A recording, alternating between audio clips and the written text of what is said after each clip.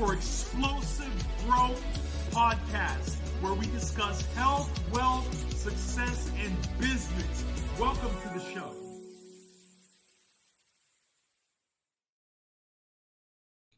Yes! Morad, Fiki, February 2nd. How's it going? Thanks for joining me. Today, I got a special guest, Josh Hatter. He's going to discuss how he grew a $30,000 investment into over $5 million through real estate investing. Without further ado, let's bring him on. Hey, Josh, how's it going? Good, man. How are you? Thanks for having me. Yeah, great. Great to have you. Thanks for joining us. So let's go ahead and dive right in. Tell us your story, how you became successful. Yeah. So I think it all starts with mindset, right? But yeah, everybody likes the numbers. So I got pretty lucky to ride the Fed's zero interest rate policy, like a lot of people in real estate for the last 10, 11 years. So yeah, I took a $30,000 401k loan, bought my first property in downtown Charleston, South Carolina, where I live. And there's basically been playing real life Monopoly since then, man.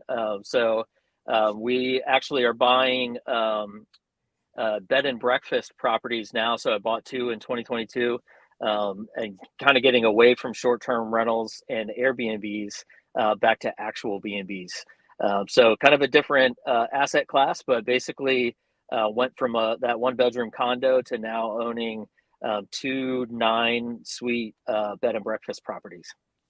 So what's the difference between Airbnb and B&B? Yeah, it's interesting. You know, the biggest thing is the second B, right? So, you're actually serving breakfast at these places. It's much more like a hotel experience. So, really, the two biggest distinctions are that you can rent out by the room, which depending on where you are, like STR is totally local in terms of zoning and permitting, right? So it just depends on which city you're in, which state you're in. STR is what for people who aren't in the business? Short-term rentals, yeah, short-term rentals. So that's the Airbnb side, and so short-term rentals, your zoning and your licensing can change from one market to the next. Actual bed and breakfast, at least in my city, you can rent out by the room and then also do one-night stays. So one of the properties that we sold, 8-bedroom duplex to buy the second bed and breakfast property, that was, you couldn't rent out by the room. And so just those two little distinctions, being able to rent out by the room and do one-night stays, an 8-bedroom property that can sleep 16, inviting a one-night stay is just a massive liability. So much different operating more in the hotel space. And quite frankly, you're also on the right side of the hotel lobby. The hotel lobby has been against short-term rentals really since the proliferation of Airbnb.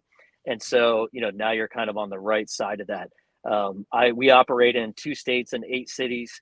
You've got to have a permit in every single, that's on the Airbnb side. You've got to have a business license as well as be licensed in that state, right? Where I could go buy a boutique hotel in another state and get a business license to operate the next day. So it's just a little bit simpler as well in terms of the regulatory environment. So, I've heard a lot of cities are outlawing Airbnb rentals, single family rentals. Why are you excluded from that? Is your business model able to continue where others are starting to get stopped from doing that? Yeah, it's really because, in Charleston's such a huge hospitality town, right? So it's much more mature, I think, probably than some other places. It's still a little bit Wild West in some other cities. Yeah. But most of the larger cities in the country now have pretty stable regulatory environments, which can be good and bad, right? If it's overly restrictive, then obviously that makes it tough to invest in. But just the fact that Charleston's a little bit more mature in terms of having a short-term rental ordinance, and then also enforcing it is a big thing, right? Doesn't matter if you have the regulation if the government doesn't enforce it. So, fortunate, I think, to be able to be in a not only a huge hospitality city, but also in a pretty well-regulated environment too. So how exactly did you grow this portfolio from $30,000? Yeah, so it's really, and in hindsight, probably a lot of timing and luck. Um, I really rode the wave of appreciating real estate here for the last 10 years, and quite literally just played Monopoly, right? So initially kind of house hacking, buying my first condo downtown, and it's all location too, right? Short-term rentals. Nobody wants to be 30 minutes outside of like the walking area or outside of a beach, right? If you're on vacation, you don't want to have to drive that far. So kind of got lucky on location initially and really just stuck to that. I was on, in fact, going back to that 2012 purchase, reset the, for that condo, reset the pricing in the entire building. So, that's a little bit of a timing luck there. 2012, we had certainly come out of the real estate crash, but really hadn't seen any high level of appreciation since then. And it was also on like the edge of a seedy neighborhood. I had found a 50-year study done by local government, and so my thing, to kind of see what the plan would be for the next 5 decades. And so from a development perspective, my thought was, this might be a risk in the next year or two, but it is in the city's plan to focus on this area and really make it a booming area. And that was kind of luck on the timing. I mean, it wasn't even 6 months. It just exploded.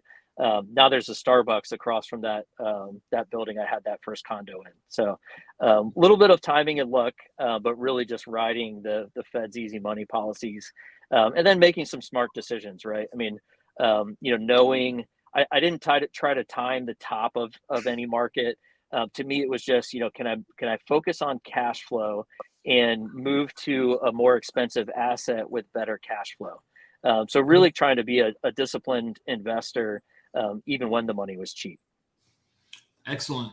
That's great to hear. So where do you see this going? Where do you see your investing career going in the near future with the interest rates rising? Yeah, my joke with my bank now is, if interest rates going up a few points makes your deal a bad deal, it was always a bad deal to begin with.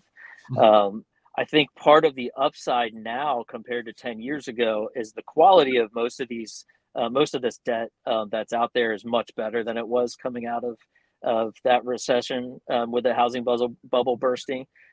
So, I don't think that, there certainly could be a, 10-20% pullback. Hopefully it won't be 50% in some markets again. But I think for me, it's really, again, doing okay on the actual Airbnb thing. I would consider myself a short-term rental expert at this point. However, what I really like to call myself is an information arbitrage guy. And so, I remember 10 years ago when I first started doing Airbnb, my old college buddies would literally laugh at me. It was an education thing that Airbnb had to go through, to just have people explain, you let people stay in your house. It's fine. There's nothing weird going on here. Right. And now, I mean, I'm on a podcast talking about it, right? I mean, you can't turn your head without, seeing something on Instagram about house hacking or a YouTube video or whatever. So to me, the information arbitrage opportunity, while the asset class is still attractive, it's not as attractive to me as it was 10 years ago. But I am seeing a similar, if not better, opportunity in the hospitality space with some of these old historical bed and breakfast properties.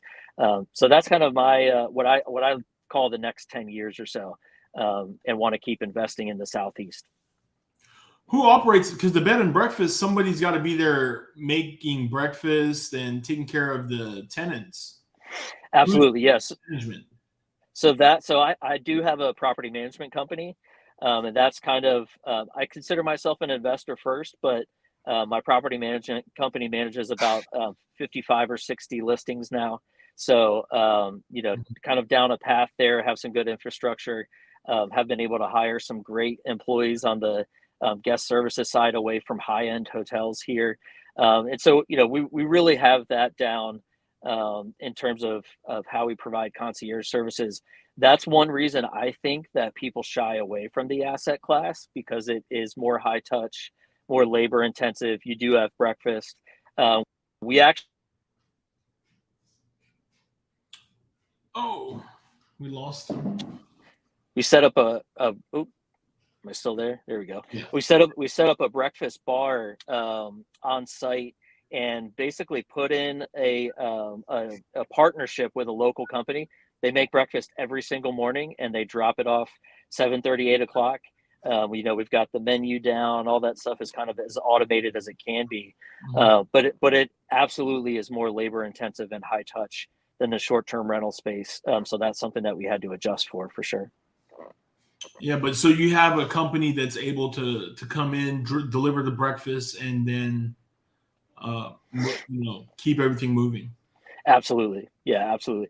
Similar pieces. You still have to do your cleaning, but now you have daily turn downs where you might not have that with a short-term rental, right? So just similar but different, if you will. But yeah, we try to keep some.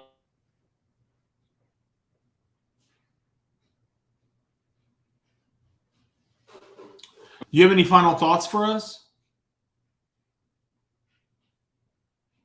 Again, so we try to keep somebody on site in these properties, in order to, if somebody wants to reach out and touch somebody, you better have somebody there. And that's the biggest difference, I think, between short-term rentals and bed and breakfast properties. All right. Any final thoughts? No, I mean, I appreciate the time. Sorry I'm mobile here. I'm kind of running late, running around, living the dream, but no, man, I really appreciate it. All right, thanks. Appreciate it. Have a great weekend, and appreciate your time and your insight. Thanks, buddy. Have a good one. Thanks.